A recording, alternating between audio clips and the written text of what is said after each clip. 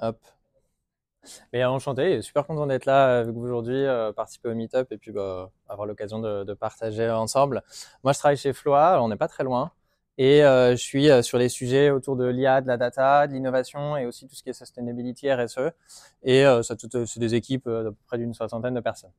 Et donc aujourd'hui, ouais, je voulais parler avec vous de réflexion, de cheminement. Tu t'en parlais tout à l'heure, Alexandre.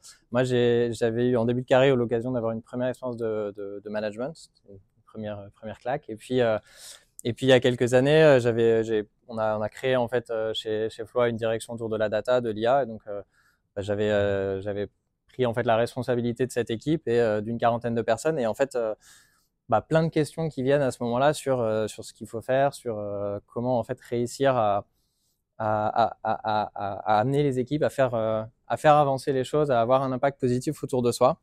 Et là, il y a effectivement un an, enfin un peu plus d'un an maintenant, j'ai pris un break d'un an, j'ai pris un congé parental, j'ai 3 petites filles, on a voyagé, on a fait un tour d'Europe qui était hyper cool. Et c'était aussi l'occasion, en fait, au fur et à mesure de ce cheminement, de repenser un peu à l'impact que j'ai autour de moi, à comment on perçoit aujourd'hui les sujets de management. Et en fait, pendant longtemps, j'ai essayé d'avoir un management assez progressiste, mais en fait, avec le recul, je me suis rendu compte que c'était des choses qui étaient aussi assez un peu paternalistes, avec un côté du coup border infantilisant. Et je trouve qu'en fait, c'est des choses qu'on revoit assez souvent, même dans les termes qu'on va employer. Tout à l'heure, on parlait des termes de supérieur, de responsable, des notions d'empowerment. En fait, je dois donner le pouvoir, je dois donner du sens, je dois donner. Et en fait, de réussir à revoir un peu ça et à comment est-ce qu'on peut repenser quelque chose qui soit plus sur une culture d'adulte. Je crois que c'est Alan qui est une boîte dans la santé qui parle aussi de ça, de culture d'adulte. Et en fait, c'est quelque chose qui m'a pas mal frappé au fur et à mesure, de repenser un peu la façon dont moi je pouvais me comporter, la façon dont on peut souvent dans les workflows de validation, le fait de présenter différents scénarios, de prendre la décision, même si c'est les équipes qui ont travaillé sur des sujets. Et en fait, au fur et à mesure, de dire ok, c'est quoi les constats, qu'est-ce qu'on peut faire, comment je peux repenser un peu tout ça.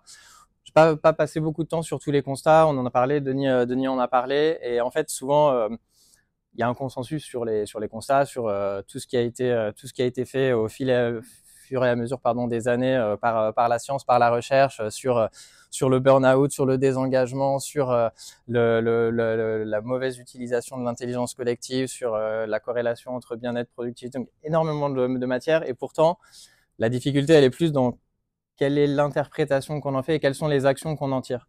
Et en fait, assez souvent, et tout à l'heure on parlait de l'exemple du télétravail, qui est un autre exemple intéressant où la science semble quand même montrer que le full présentiel n'est pas plus productif que du remote ou du télétravail. Et pourtant, c'est des choses sur lesquelles on revient. Et parce qu'en fait, assez souvent, les mécanismes qui vont s'activer sont pas forcément les bons.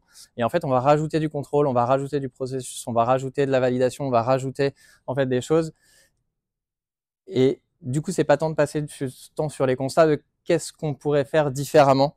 Et pardon, j'ai appuyé sur une mauvaise flèche.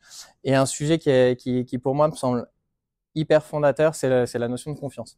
Et j'ai eu la chance de rencontrer une plateforme qui s'appelle OpenDecide, qui a bossé en fait avec pas mal de scientifiques et compilé pas mal de recherches sur les sujets de comment en tant qu'équipe on arrive à être performant dans la durée.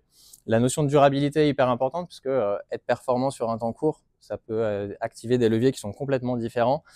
Pour autant, ces leviers-là, qui peuvent être des leviers générateurs de stress, qui peuvent être très orientés sur de la directivité, ont du mal à fonctionner dans la durée. Et donc la notion de performance durable, elle est importante. Et en fait, ils ont analysé un peu les mécanismes. Et c'est un peu à voir comme une échelle. C'est des niveaux qu'on passe au fur et à mesure. Et en fait, à la base, on va retrouver un certain nombre de concepts, dont la notion de confiance. Et c'est des choses qui sont assez vraies dans le monde professionnel, mais qui peuvent aussi carrément d'ailleurs s'étendre à d'autres, enfin, à la société en général et à nos comportements de façon plus large. Et à la notion de confiance dans une équipe, c'est vraiment, c'est pas uniquement la confiance que le manager a dans les personnes de son équipe ou la confiance que l'équipe a dans son manager, c'est vraiment toute la confiance qu'on va retrouver dans chacune des relations. Encore trompé.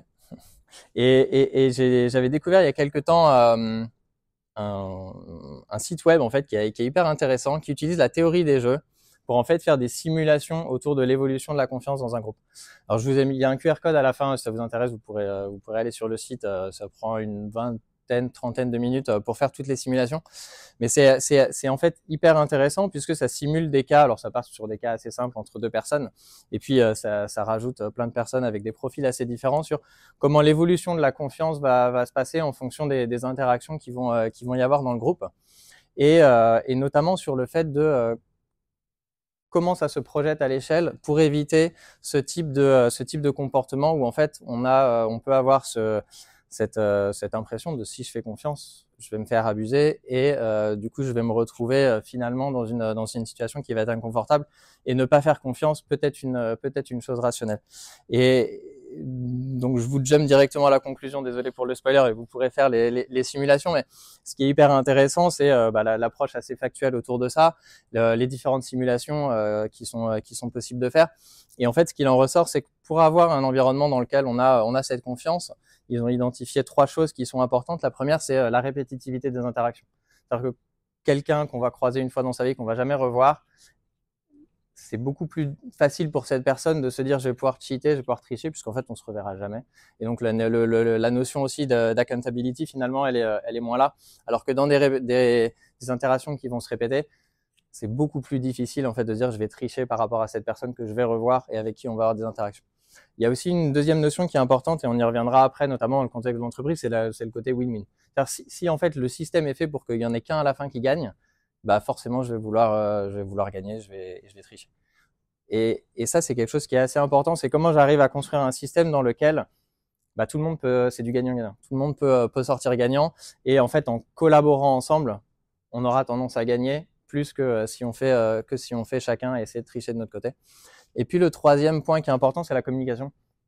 C'est aussi de se rendre compte que parfois, ils prennent les exemples notamment avec par exemple des personnes qui vont se comporter en comment dire en français, en copycat, en mimique. Et donc de se dire, si en fait tout le monde se comporte en mimique, ok, c'est cool tant que l'interaction est positive, mais pour peu que quelqu'un fasse une erreur à un moment, bah en fait si j'ai pas une bonne communication et que j'ai compris que c'était une erreur et que c'était pas mal intentionné, en fait derrière ça va générer uniquement des comportements délétères. Et le rôle de la communication là-dedans est hyper important, le rôle de la place à l'erreur aussi, et le fait de pouvoir se rendre compte de ces choses-là et de pouvoir en parler. Et la conclusion finale qui est aussi de se rendre compte que quand on est dans un groupe, quand on est dans une entreprise, à la fin des fins, ce qui va faire la différence entre une entreprise et une autre, c'est en fait les gens qui la comportent. C'est-à-dire que c'est ces gens-là qui vont définir la stratégie, qui vont définir les produits, qui vont avoir la relation avec les clients, mais la finalité, la vraie différence, elle se joue au niveau des personnes, elle se joue au niveau du groupe. Et en fait, ce qui est hyper important, c'est quand on est dans un groupe, plus le groupe est grand, plus on a l'impression finalement de subir le système plus que d'y contribuer. Et en fait, de se rappeler qu'on est tous l'interaction on est tous l'interaction de quelqu'un d'autre, on est tous l'autre des autres personnes. Et en fait, la façon dont on va se comporter, dont chacun va se comporter sur le long terme, alors là, c'est un peu coupé, je suis désolé, mais c'est vraiment la notion à court terme, c'est effectivement le système, c'est le jeu qui définit les règles.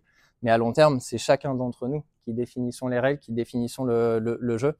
Et c'est hyper important de réussir à construire un environnement où justement on n'est pas dans un contexte qui va contre la confiance, mais qui arrive à aller pour. Donc voilà, ça c'était le QR code. Le site, alors il est coupé là, mais c'est Ncase, Ncase, pour faire la simulation.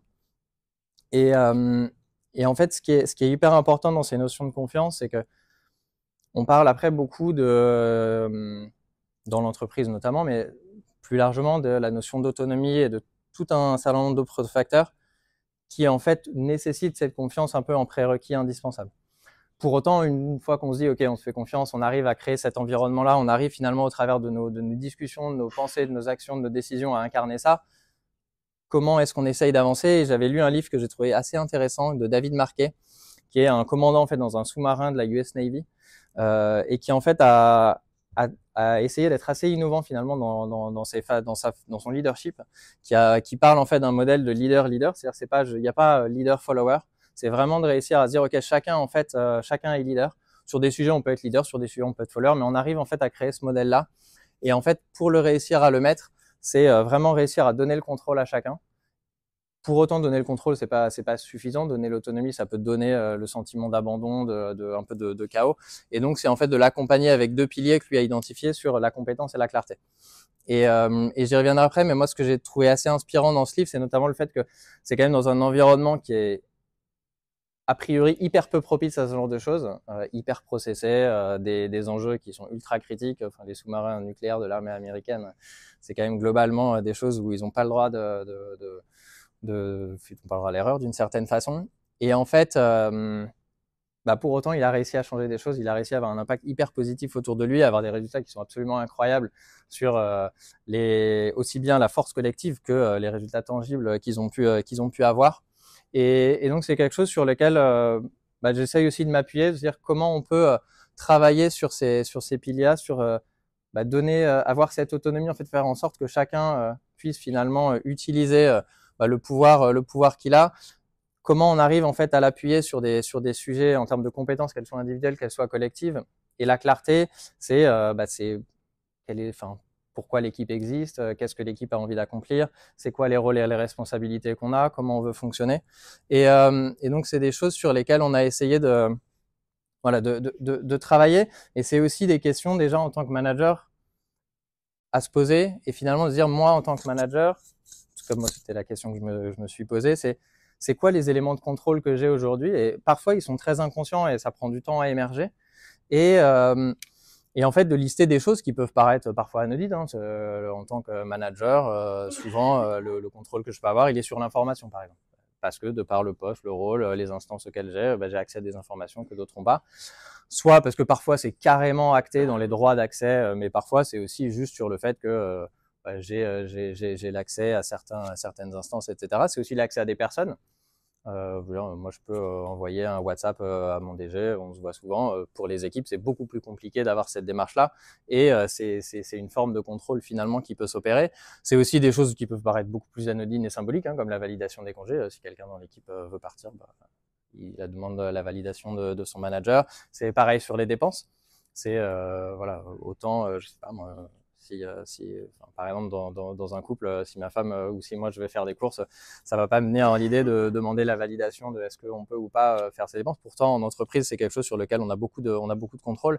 En tant que manager, c'est aussi l'allocation des bonus ou des primes variables, ça dépend un peu des fonctionnements. C'est la gestion des promotions, des augmentations, ça va être aussi les recrutements dans l'équipe, les licenciements. Donc, en fait, il y a énormément de formes de contrôle qu'on peut exercer. Alors, j'avais trouvé sur LinkedIn, il y avait quelqu'un qui avait posté ça et j'avais trouvé ça assez marrant parce que c'est aussi hyper important quand on parle de ces sujets-là, et c'est une des grandes difficultés de réussir à l'incarner, de n'y en parler. Parfois, la dissonance qu'il peut y avoir, elle peut être très difficile et elle peut être assez inconsciente. Et pourtant, je pense que c'est un exercice qui est assez intéressant de se poser la question, en tant que manager, c'est quoi les contrôles que j'ai, c'est quoi plus largement les responsabilités que je porte, et en fait de se dire, est-ce qu'il y a des choses au fur et à mesure que je peux redistribuer progressivement, des changements que je peux opérer sur ces sujets de contrôle, sur des responsabilités plus largement. Et donc, comment ça peut s'inscrire un peu dans une démarche où je peux vous partager un peu ce qu'on a essayé de faire. Alors, c'est clairement work in progress et clairement pas prétendre avoir réponse à tout, mais pour autant vous partager un peu ce qu'on avait fait. Alors, par exemple, moi, avant, je faisais toutes les semaines, on avait des comités avec mes managers, mes N-1, et en fait, ça se passait comme ça, parce que je sais pas, ça s'était toujours passé comme ça.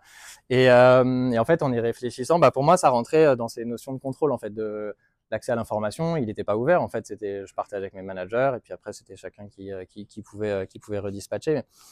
Et du coup, je me suis dit, on va faire quelque chose de différent. On a fait un forum de gouvernance, donc c'est ouvert. C'est vraiment chacun vient s'il veut. On peut venir une fois, on peut venir tout le temps, on peut jamais venir. Tout est disponible, c'est enregistré, il y a un compte rendu. Donc l'accès à l'information, il est vraiment facile.